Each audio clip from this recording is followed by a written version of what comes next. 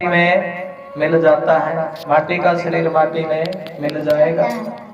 अरे भाव है आत्मा सो परमात्मा।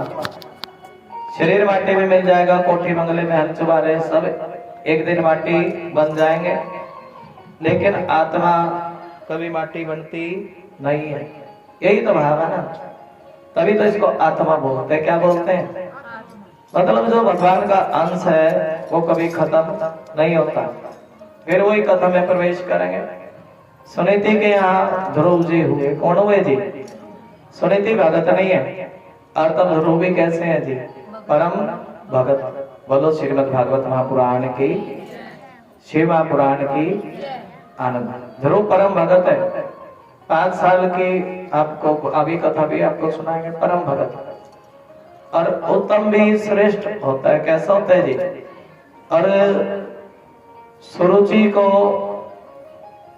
कौन है जी? सौतन है सुनीति की। और लेकिन देखिए एक भी भगत हो जाए, भोलेनाथ कहते हैं, तो भाव से बेड़ा पार होता है। और देखिए सौतन है सुनीति, तो ध्रुव भी, उत्तम भी। उत्तम का मतलब भी क्या होता है जी? जो अच्छा हो। कैसा हो जी? तब ध्रुव तो ध्रुव ही है। उत्तम संगति, अच्छी संगति कर लेना, तब उत्तम भी कैसे जी? उत्तम एक दिन की बात। सुनीति तो सत्संग में रहती। किस में रहती है? जिसको दुनियादारी से कोई मतलब नहीं है। और एक दिन की बात, उत्तम अपने पिता की गोद में जाकर के बैठ गए। और जब उत्तम अपने पिता की गोद में जाकर के बैठे, तभी ध्रुव भी अपने पिता की गोद में जाकर के बैठे। उतान पाद की अपनी मां से कहने लगे, सुनो मां, अपने पिता की गोद में बैठे उतान पाद की। कौन जी? ध्रुव। लेकिन सुनीति, सुरुचि आई दौड़ी दौड़ी। सुरुचि कहने लगी, सुनो बेटा, अरे पिता तो तुम्हारे यही है, लेकिन मैं तुम्हारी मां नहीं हूं। कौन हो जी? मैं तुम्हारी मां नहीं हूं।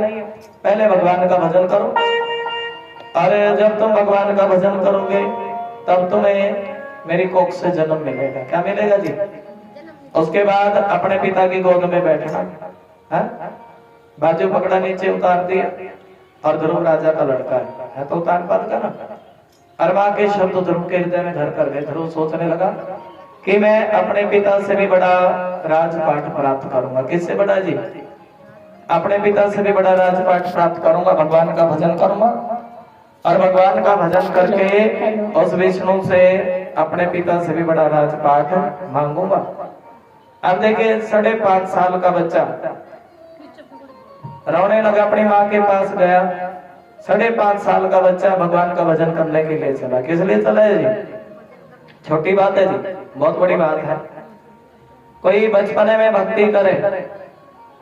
और नारद जी परीक्षा लेने लगे, कहने लगे, सुनो ध्रुव, अरे तुम्हारी उम्र 5.5 वर्ष की है। अरे ये उम्र तो खाने के, खेलने की, कूदने की होती है। किसकी होती है जी? और भगवान का भजन आसान नहीं है, बड़े संकट होते हैं परमात्मा के भजन में। लेकिन ध्रुव, नारद जी परीक्षा ले रहे हैं, भाई भजन करेंगे, तुम छोटे से हो, तपस्या करनी पड़ती है। क्या करनी पड़ती है जी? अरे देखिए भगवान का भजन भी जो मन लगे, जहाँ मन लग जाए वहीं भजन होता है परमात्मा का। जहाँ देखिए कथा में मन लगा करके बैठे हो तो वो भजन है। जो मन नहीं लगा तो भजन कैसा? यही भाव है ना। और तभी नारद जी ने ध्रुव की परीक्षा भी ली, और ध्रुव को जब देखा ये बच्चा पक्का है। कैसा है जी?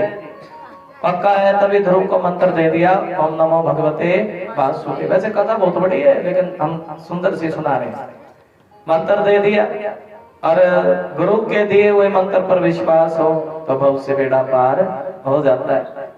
ध्रुव ने उस मंत्र को गांठ बांध लिया, और एकांत में जाकर के मंत्र का जाप करने लगे। ओम नमो भगवते वासुदेवाय, ओम नमो भगवते वासुदेवाय, ओम नमो भगवते वासुदेवाय। और देखिए पहले बेर का फल खाते, फिर 3 दिन पे तुलसी का पत्ता खाते, अब तो 9 दिन पे वायु का सेवन करते। लेकिन अंत में तो वायु का सेवन करना भी बंद कर दिया। क्या बंद कर दिया जी? वायु का सेवन बंद कर दिया। और वायु का सेवन बंद करके सिर्फ भगवान का भजन करते, मंत्र का जाप करते। ओम नमो भगवते, बोलो सारे। ओम नमो भगवते वासुदेवाय। ओम नमो भगवते वासुदेवाय। ओम नमो भगवते वासुदेवाय। सिर्फ और सिर्फ मंत्र का जाप करते हैं। ओम नमो भगवते वासुदेवाय। ओम नमो भगवते वासुदेवाय। बोलो ओम नमो भगवते वासुदेवाय। मंत्र का जाप कर रहे हैं ध्रुव। ओम नमो भगवते वासुदेवाय। और देखिए यह मंत्र कोई साधारण नहीं है। और जो इस मंत्र को प्रेम से जप ले, और अवस्था भी कितनी है, 5.5 वर्ष की। यहाँ तो सारी उम्र भी तो जाती है, लेकिन आज नहीं कल ले लेंगे, कल नहीं परसों ले लेंगे। भगवान का भजन अभी समय नहीं है, और कल संसार छोड़ करके चल बसे तो फिर भगवान पूछेगा क्या करके आया। क्योंकि शिव पुराण कथा कहती है, मेरे दाता के दरबार में सब लोगों का खाता। क्या है जी?